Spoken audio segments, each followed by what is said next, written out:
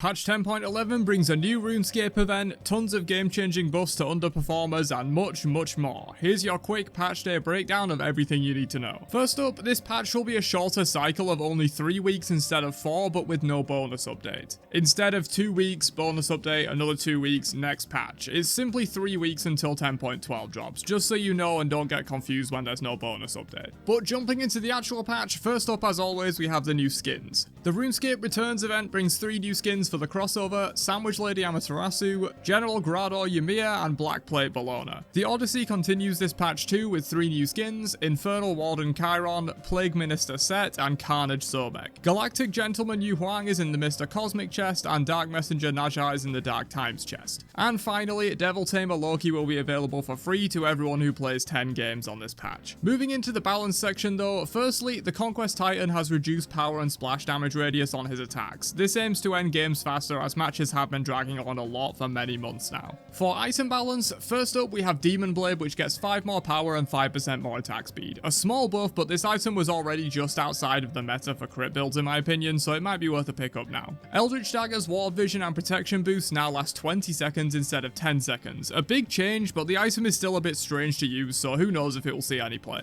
Erosion gets 50 gold cheaper and 15 more range on its aura. This more than doubles the actual AoE due to how circles work, so a pretty nice buff to an already usable item. Definitely worth picking up into strong shielding now. Oboe gets 5% more attack speed, which, similar to Demon Blade, could push it over the edge into being viable in kin-size shred builds. Shadow Drinker gets 100 gold cheaper, but remains weird to use. It's the same price as Jotuns now, but trading 20% CDR for 7% movement speed and a hard to use passive doesn't really seem worth it. Soul Gem gets 50 gold off and 10 more magical power, potentially giving it some viability with how strong Typhon's Fang is right now. Stone of Gaia now gives 15 physical and 25 magical power when its passive activates. A pretty terrible item before, but having power on a tank item is extremely good since the changes to bruiser items, so it could see some niche play in certain matchups for solo. Alternate Timeline now revives at 40% health instead of 25%. The internal cooldown remains at 6 minutes though, so it's kind of hard to justify picking this up outside of very specific bruiser mages. And we have just one item nerf for this patch. Soul Lisa gets 150 gold more expensive just to bring down how early this powerful item gets online. Moving into god changes though, first up, the buffs. Awilix gets 5% more movement speed while on Suku. Not a big deal, but Awilix was fine before, so maybe this leads to more people trying her out and picking her up. Cthulhu's 2 is now 14 seconds at all ranks instead of 18 scaling down to 14. A big change for his early game and laning phase in solo. While his ult also gets 5% more max health for better team fighting in the late game. Solid buffs overall. Cupid now heals 60% of his heart's value if an ally picks them up, and his 3 provides a slight bit more passive attack speed. Hera gets more base damage and scaling on her 2, as well as her 3 now scaling down to 14 seconds in the late game when it was a flat 16 before. Very nice for her safety in team fights, pretty impactful buffs here to a god that was pretty fine already in my opinion. Expect a lot more Hera this patch.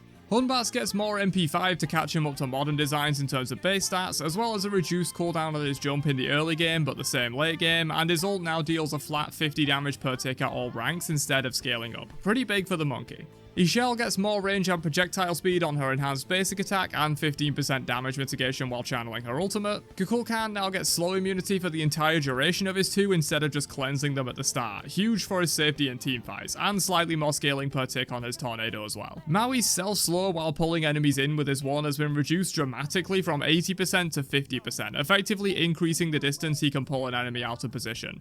As well as his ultimate now scaling down to 90 seconds in the late game but still 110 at rank 1. Very big Maui buffs. Expect to see him a lot more, especially at high levels of play. Nis 2 gets a big scaling buff and a heal increase. She was pretty bad before, but she got buffed recently and now again, so she might be usable.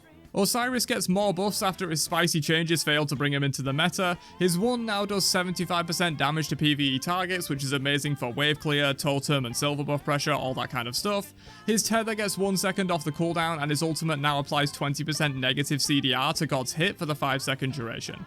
Very big buffs to a god that was already quite good in my opinion. Expect a lot more Osiris this patch. Rat's 2 lesser used Acorns in Evergreen and Bristlebush get some small buffs to make them more competitive with the main 2 Acorns that get used at the moment. Scylla's root on her 1 now lasts 1.75 seconds at all ranks rather than scaling up in duration as you level it. Makes her early game a little more scary for sure, and she was already seeing play before this buff. Sylvanas' 1 now applies 5% proc red on explosion, and his wisps get 2 seconds off the cooldown. Very good buffs to the pressure monster. Ulla gets some spicy changes this patch with more scaling on his axe, as well as the power from his bow stance 2 and the attack speed from his bow stance ultimate have been swapped. Pressing 2 now gives attack speed, while being in bow stance now passively gives power. Jing Chen gets more damage and root duration on his 2, and his ult now scales up in mana cost instead of down, making it easier to use in the early game without draining literally half your mana bar. And finally for the buffs, Yu Huang's 1 is now 9 seconds at all ranks rather than scaling down, a solid buff for his early game, and we all know what this guy can do in the late game in good hands. We only have 2 nerfs this patch for gods, and the first is Ganesha, whose ultimate now shreds less prots and slows less. Not a huge nerf, but it might take him out of the literal top spot for supports and allow others to shine. And finally, Set, who has been very dominant lately from 2 roles and seeing play in 4, gets reduced scaling on Skewer and the dash damage of his clones when Skewer is cast. But that's all I've got for your patch day overview of 10.11. What are your thoughts on this patch? Let me know down below, and I'll catch you guys in another one later on. Have a great day, and peace out, you nerds.